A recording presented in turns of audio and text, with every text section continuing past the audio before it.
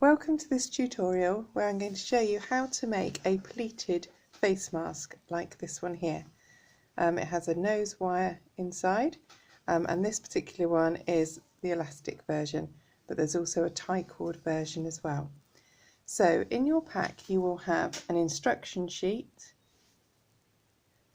the cord or elastic depending on what type of pack you have, and then you have a front and a back and two finishing pieces. The front is slightly bigger, it's this one here, and it also, both the front and the back have a pointed bit at the top, which is where it goes over your nose. And then you also have a piece of metal that has been encased in tape to ensure that the edges aren't sharp, and that's what you push through to give your nose the shaping. Okay, so the first thing you have to do is take the finishing pieces, these, and you turn under 6 millimeters along each of the long edges, and you do that on the ironing board and press it and then just sew a running stitch. Once you've sewn the long edges of the finishing pieces, you'll probably have some sort of triangles, little ears each side, which you're going to just snip off because you want it to be still the same shape. So you trim off all 4 of those. Now you're going to take the back or the lining piece, which I said is the slightly smaller piece, and it's also the one without the tiny little white loops that I've already sewn on. And you're going to put it right sides against the table, so wrong sides facing you, and you're going to just fold over where there is the line of stitching where I've already done the pleats for you. So you're just going to fold there, put some pins in, and then just sew either side of the lining piece 6 millimeters from the edge. So that's one side, and Ellie just showed where the other side is so that people know. So it's the opposite side basically. Okay, and sew that with the machine. We're now on number 3 in your written instructions. You are basically now going to put the mask lining and the mask outer together. So remember that the curve is the top, because that's the bit that goes over the nose, and you're going to match the dots, so both the curve on the outer piece and the curve on the lining both have a dot.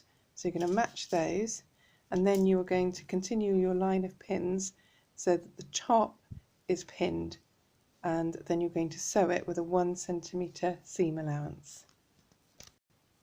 So that's what your pinning will look like, and the inside, the lining, is smaller than the outside, the outer bit. Don't worry, because that's where these pieces come on eventually, and they go either side in a minute and create a little gap which you can put a filter in if you want to. Okay, so you've got that little bit that's being pinned, and you sew that with a 1 centimeter seam allowance. Once you've sewn the top, then you do exactly the same with the bottom. So again, it's got a dot and a dot, so you pull the lining down so the dots are matching, and you pin all along the bottom in exactly the same way, and sew with a 1 centimeter seam allowance. Now you're going to add the facing pieces, and you put them right sides down over each end, and you can see which way to do it because it matches the shape of the mask. And you pin them, and then you sew them 1 centimeter seam allowance. So when you start here, it will match up with that stitching there. You're up there, there, and along there, and you do that for both sides, 1 centimeter seam allowance. Now you have to trim all 4 of the corners so that when you turn it in the right side, you can get a nice crisp corner point on the corners. Obviously don't trim through your stitching, so all 4 of them, and then turn out the right way. Then you need to press it. You will only iron around the outside, not actually the main part of the mask, because the whole thing with these masks is that they stand out from your face, and there's enough room for you for your nose, so you wouldn't be able to iron that bit. You'd just be ironing around the outside of the mask. So now your mask will look like this. Make sure at this stage that you have got your 3 little loops each side still sticking out and not caught up with any of your sewing that you've done. And now you're going to have to do a tiny little seam allowance while you do top stitching all the way around the mask. Okay, and you will see that you've got gaps here that you can insert a filter into if you want to. That's optional, and there's loads of advice on different things that you can buy to put in, but most people, to be honest, don't use a filter. They just use it with the 2 layers of the cotton as being sufficient. So next stage, top stitch all the way around the outside. Right, we're now on to number 6, which is sewing a channel into which you insert the wire. Now the wire is so that you can create some shape to the top of the mask and enable it to fit just over your nose and across your cheeks. So you want to create a 1 centimetre casing. So if you imagine 1 centimetre from your top stitching line, and if you start it at the top of your mask and go all the way across to the other end of just the lining bit of your mask, then that will give you an open casing into which you can push your piece of metal.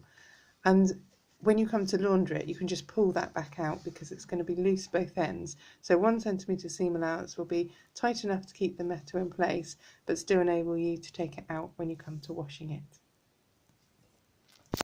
We find that when you're sewing the casing, it's easier to stop before you get to the finishing piece. So stop a little bit earlier by about 1 centimetre. So then when you've put the nose wire on, you can shape that to your face once you've got the mask on. So if you've got the mask that's got the cords, there's 2 cords in the pack, you thread all the way through all 3 loops with 1 cord, and then you do exactly the same on the other side. And the way that you attach it when you're wearing it, you fix it so that, let's just imagine you're wearing a ponytail, so that the top one would go above your ponytail and the bottom one would fit below your ponytail. And we've got some of these cord pulls as well, which can make it easier to attach. So that's one on one side. So this side goes to the one on the other side and would seal with one of these. Now if you have an elastic one, it's quite simple. You basically put the piece of elastic all the way through each side. If you want any more help at all, feel free to email me. If you want to look at some instructions from which this pattern was taken, it's listed on the bottom there, and on that website they also have pictures as well which can help. Okay, thank you very much for watching.